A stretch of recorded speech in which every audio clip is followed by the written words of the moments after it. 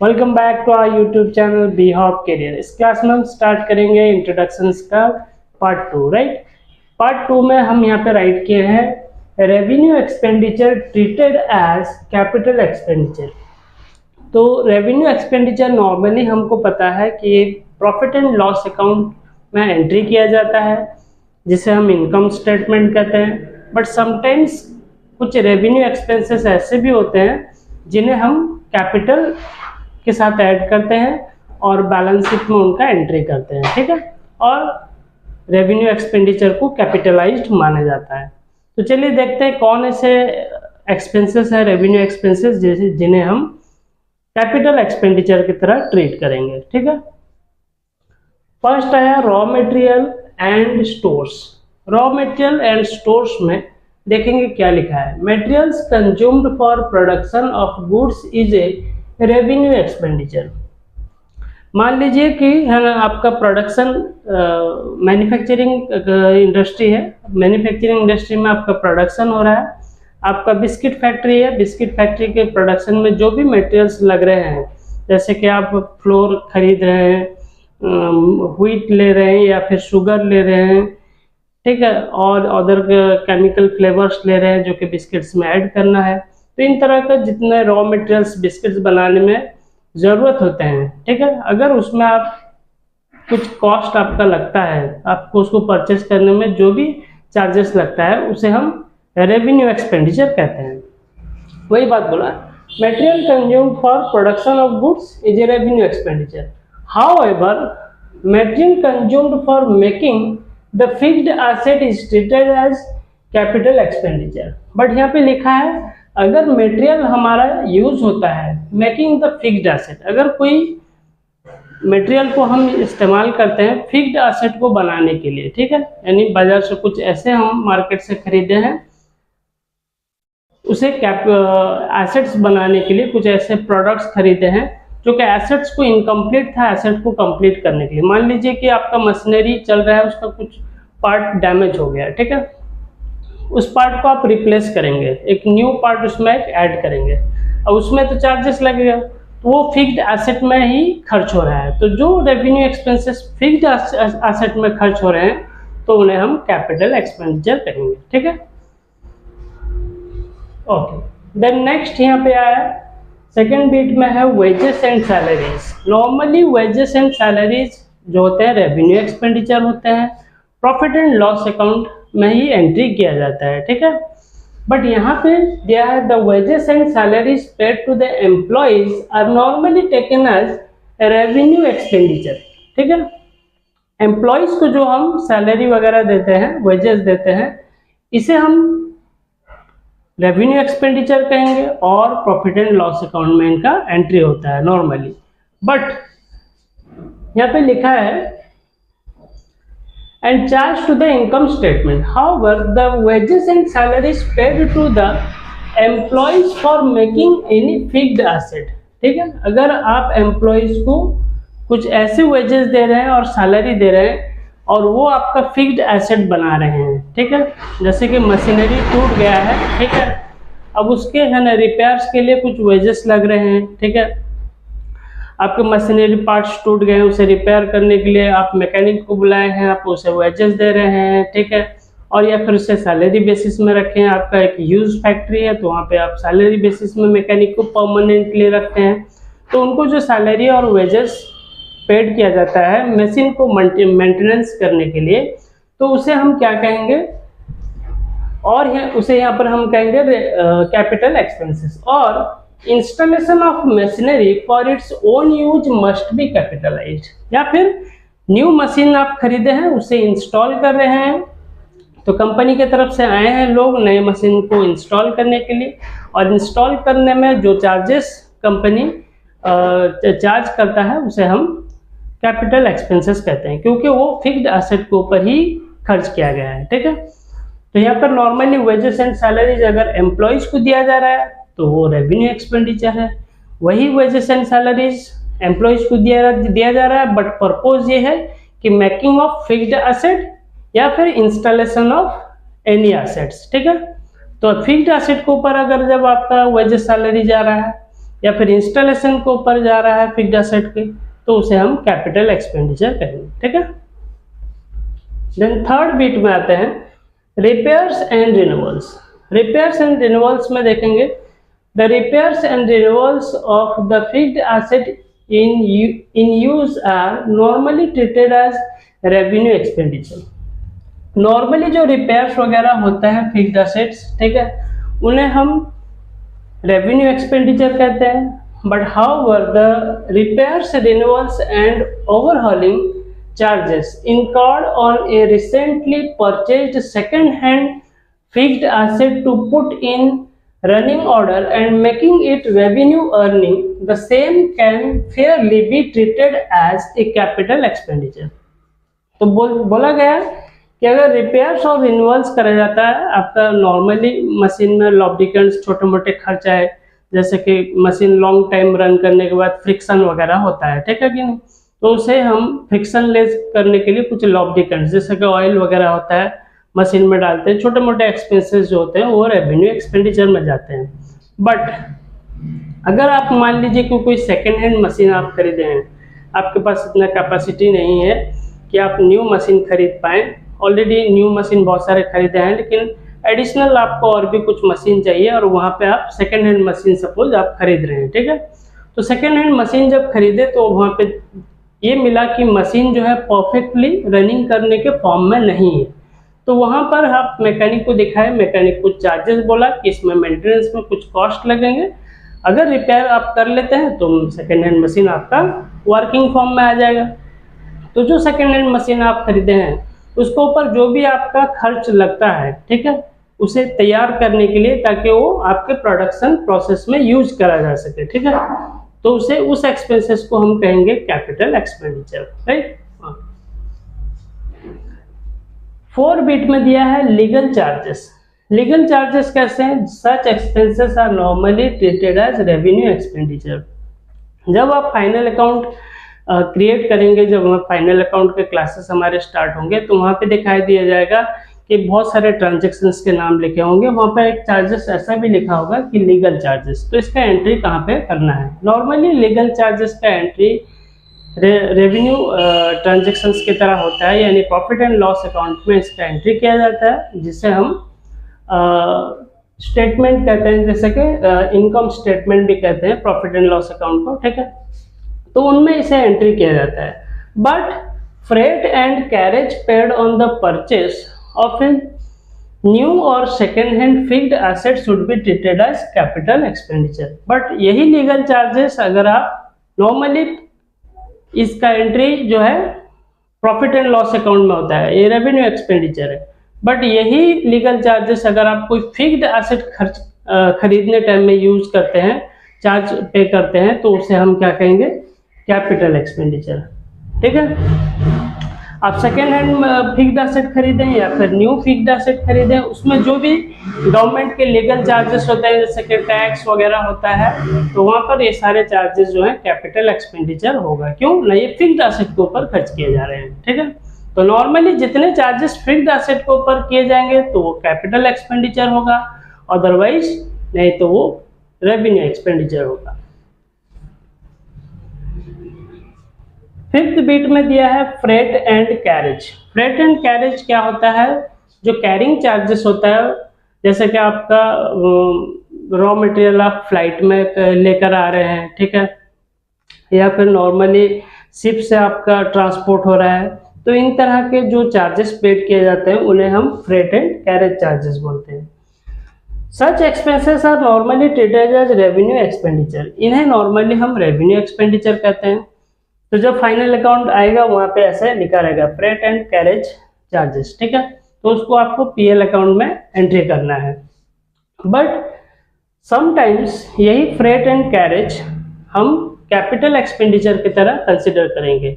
कौन से सिचुएशन में? जैसे कि यहाँ पे लिखा है, but freight and carriage or carriage paid on the purchase of a new or second hand fixed asset should be treated as capital expenditure. फिर से वही बात बोला कि अगर आपको सिमिलरली जैसे लीगल चार्जेस को आप फिक्स्ड एसेट में खर्च कर रहे थे तो कैपिटल एक्सपेंडिचर हो गया, अदरवाइज तो नॉर्मली वो रेवेन्यू एक्सपेंडिचर था। सिमिलरली फ्रेट एंड कैरेज भी रेवेन्यू एक्सपेंडिचर है।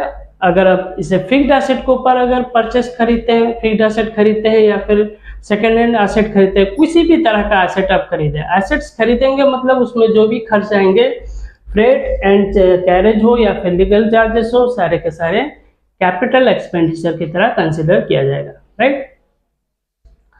देन लास्ट बिट यहाँ पे है 6 बिट है एक्चुअली, और टोटल बिट 8 बिट है। बोर्ड हमारे पास इनसफिशिएंट है तो इसलिए हम 6 बिट राइट कर लिए हैं। तो इसे हम समझने के बाद फिर इसे इरेज करेंगे बोर्ड को, देन नेक्स्ट 2 बिट की ओर आएंगे, ठीक है। तो चलिए देखते हैं यहाँ पे बोर्ड में लास्ट बिट जो लिखा है एडवर्टाइजमेंट। एडवर्टाइजमेंट में क्या लिखा है, such expenses on routine advertising of a goods dealt in with a view to promote the sales are normally revenue expenditure। तो कहता है कि नॉर्मली आपके एडवर्टाइजमेंट, छोटे मोटे जो होते हैं एडवर्टाइजमेंट सेल्स को प्रमोट करने के लिए, ठीक है। आपके प्रोडक्ट्स मार्केट में कोई नहीं जानता तो उसे आप कैसे प्रमोट करेंगे, आप टीवी में ऐड देंगे, उसके न्यूज़पेपर में उसके एड्स आएंगे, यूट्यूब में उसके एड्स आएंगे, ढेर सारे सोशल मीडियाज हैं उसमें ऐड आते हैं। तो इनमें ऐड आपको डालने के लिए जो भी एक्सपेंसेस खर्च होते हैं उसे हम रेवेन्यू एक्सपेंडिचर कहते हैं, ठीक है। बट इसे हम कैपिटल एक्सपेंडिचर कब कहेंगे, जैसे कि यहाँ पे लिखा गया है, but when a heavy expenditure is incurred, जब कोई बड़ा सा एक्सपेंसेस हम खर्च करते हैं, ठीक है, on advertising for launching a new business or for introducing a new line of goods, this may have the effect of creating a future goodwill. In such a case it should be taken as capital expenditure। कहा जा रहा है कि अगर आप कोई एक huge amount खर्च कर रहे हैं एडवर्टाइजमेंट के ऊपर बिजनेस स्टार्ट होने से पहले, ठीक है, बहुत सारे बिजनेस स्टार्ट होने से पहले क्या होता है, उसका एडवर्टाइजमेंट होना शुरू हो जाता है कि इस तरह का प्रोडक्ट जो है मार्केट में बिकने वाला है। तो प्रोडक्ट मार्केट में लॉन्च होने से पहले ही उसके एडवर्टाइजमेंट आ जाते हैं। ऐसा कंपनी इसलिए करता है क्योंकि जैसे ही लोग एडवर्टाइजमेंट देखेंगे तो उसे एक्साइटेड होंगे उसे परचेस करने के लिए और रेडी भी होंगे, ठीक है। तो इसलिए कंपनी क्या करता है, लोगों को एक्साइटेड करने के लिए एडवर्टाइजमेंट करता रहता है, अपने प्रोडक्ट्स को लेकर या फिर बिजनेस को लेकर एडवर्टाइज करता है, चाहे वो न्यू बिजनेस स्टार्ट करे या फिर बिजनेस में कुछ न्यू प्रोडक्ट को लॉन्च कर रहा है, ठीक है कि नहीं। तो इनमें जो ह्यूज अमाउंट ऑफ इन्वेस्टमेंट हो रहा है ऑन पर्टिकुलर एडवर्टाइजमेंट के ऊपर में, तो उसे हम कैपिटल एक्सपेंडिचर कहेंगे, राइट। तो ये थे हमारे revenue expenditure treated as capital expenditure. 6 point हम कवर कर लिए हैं, बाकी के 2 पॉइंट्स हैं, स्क्रीनशॉट ले लेते हैं, देन 7 एंड 8 पॉइंट्स की ओर आते हैं, राइट।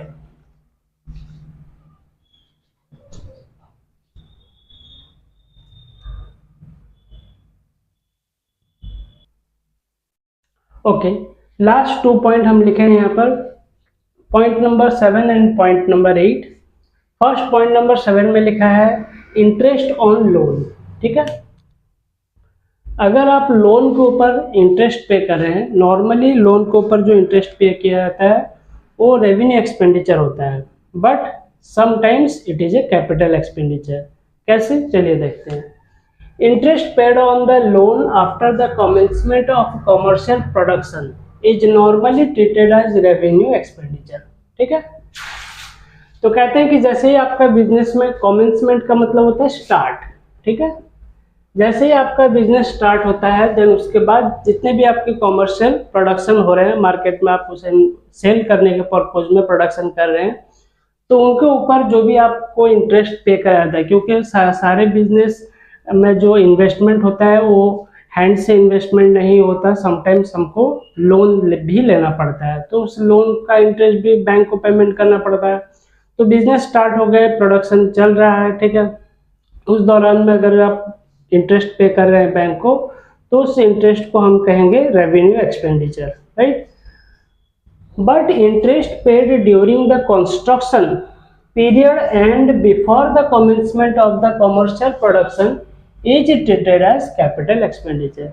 बट मान लीजिए कि आपका प्रोडक्शन स्टार्ट नहीं हुआ, बिजनेस स्टार्ट ही नहीं हुआ है, ठीक है।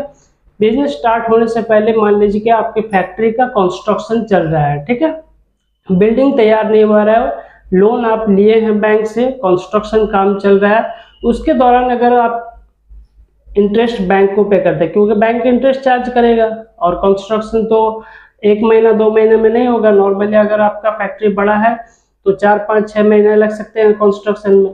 तो वहाँ पे बैंक क्या करता है, जैसे ही महीना कंप्लीट होता है तो एक इंटरेस्ट चार्ज करता है, क्योंकि वो लोन इशू किया है।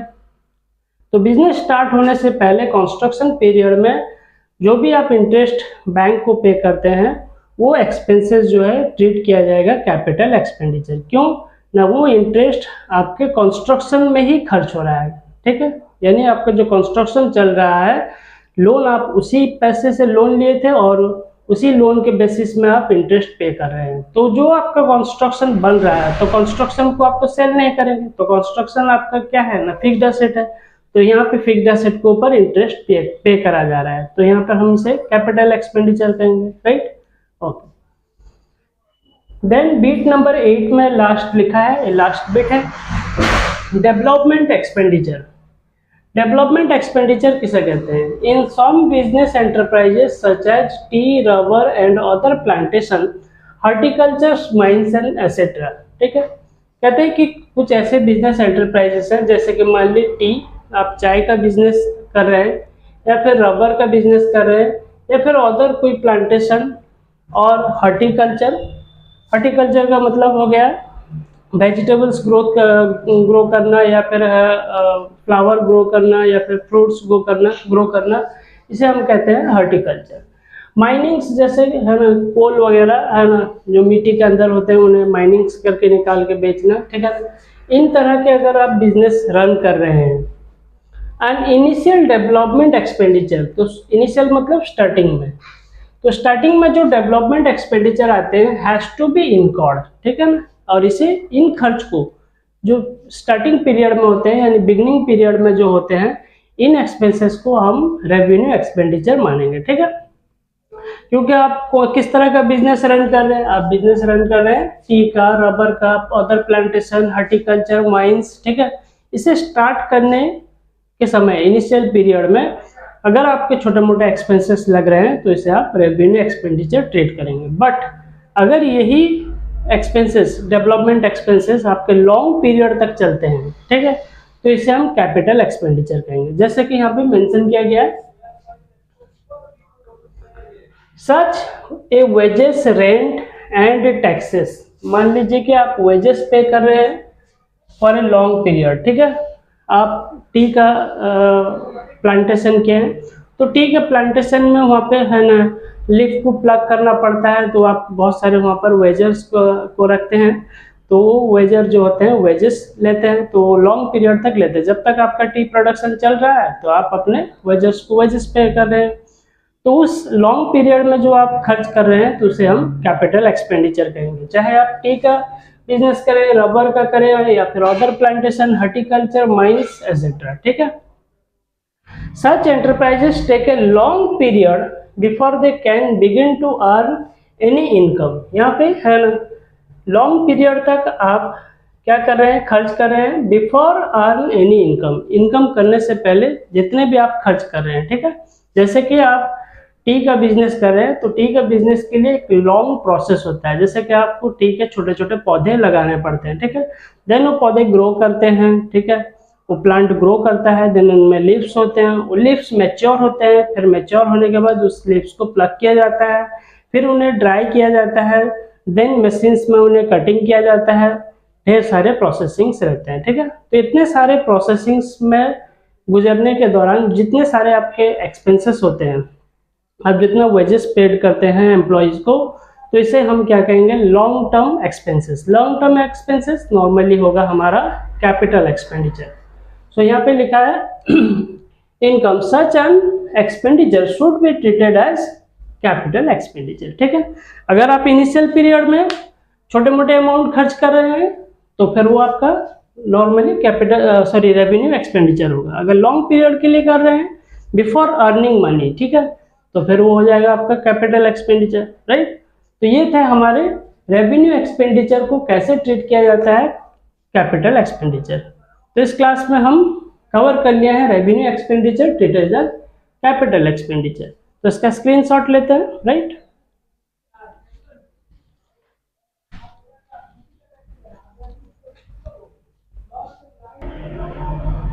ओके, तो इस क्लास में हम कवर कर लिए हैं इंट्रोडक्शन का पार्ट 2, राइट। जो नेक्स्ट क्लास होंगे वहाँ पे इलस्ट्रेशंस को हम सॉल्व करेंगे। इलस्ट्रेशन में ट्रांजैक्शन दिया गया होगा, ढेर सारे ट्रांजैक्शन, जिन ट्रांजैक्शंस को आपको आइडेंटिफाई करना होगा कि कौन सारे ट्रांजैक्शंस रेवेन्यू ट्रांजैक्शन है और कौन सारे ट्रांजैक्शन कैपिटल ट्रांजैक्शन है, राइट। तो इसके जो क्लासेस होंगे वो नेक्स्ट वीडियोस में आएंगे। अगर आपको हमारा स्टडी प्रोसेस अच्छा लगता है तो चैनल को लाइक करें, सब्सक्राइब करें और शेयर करें ताकि नीडी स्टूडेंट्स तक हमारे वीडियो पहुंच पाए और घर बैठे अपना सिलेबस को कवर कर पाए, right. Have a good day.